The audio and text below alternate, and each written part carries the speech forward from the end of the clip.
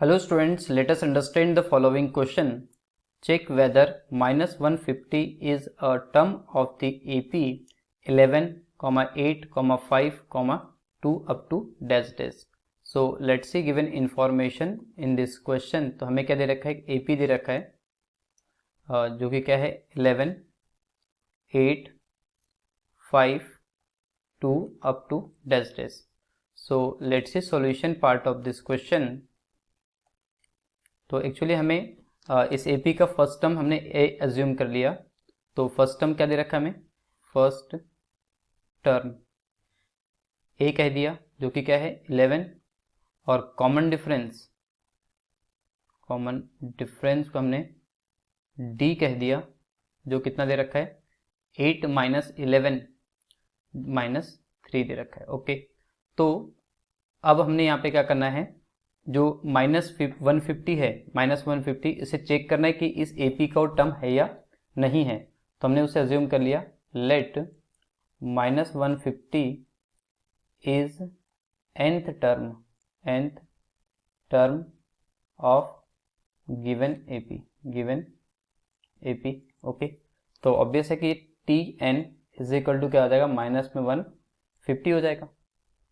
तो अब हमने क्या करना है, nth टर्म का यहाँ पे एक्चुअली क्या होगा, n की वैल्यू निकालेंगे। n की वैल्यू यदि इंटीजर आ जाती है ना, पॉजिटिव इंटीजर आती है, तो हम कहेंगे यस ये -150 जो है इसका टर्म है। और यदि वो इंटीजर वैल्यू नहीं आती, पॉजिटिव इंटीजर नहीं आती है, तो हम कहेंगे yes this is not term of this AP. तो चलिए nth टर्म का फॉर्मूला क्या होता है, a plus n minus 1 into D is equal to -150। तो इम्प्लाइज दैट ए की वैल्यू कितनी रखी जाएगी 11 प्लस n के प्लेस पे कितना आ जाएगा, ये तो हमें फाइंड करना है। -1 इंटू डी के प्लेस पे कितना आ जाएगा, माइनस में 3 इज इक्वल टू -150, सॉरी हाँ बिल्कुल 150 है।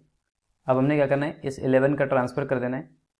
तो n -1 इंटू में -3 इज इक्वल टू, जब -150 है इधर 11 आएगा ट्रांसफर होकर -11 हो जाएगा, तो कितना हो जाएगा माइनस में 161।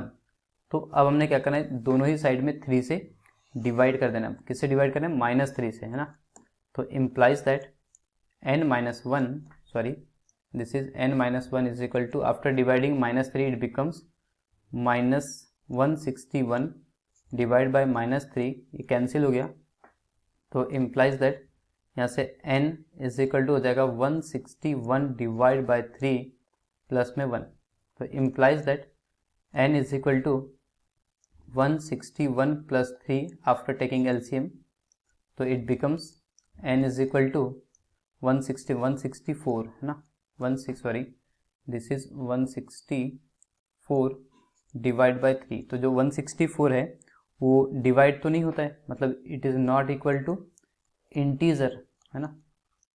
तो इंटीजर नहीं है, इसका मतलब जो 150 -150 है वो गिवन एपी की टर्म नहीं है। तो यहाँ पे लिख देंगे फाइनली हम, यहाँ पे इस बात को सबसे पहले लिख देते हैं, here n is not an integer.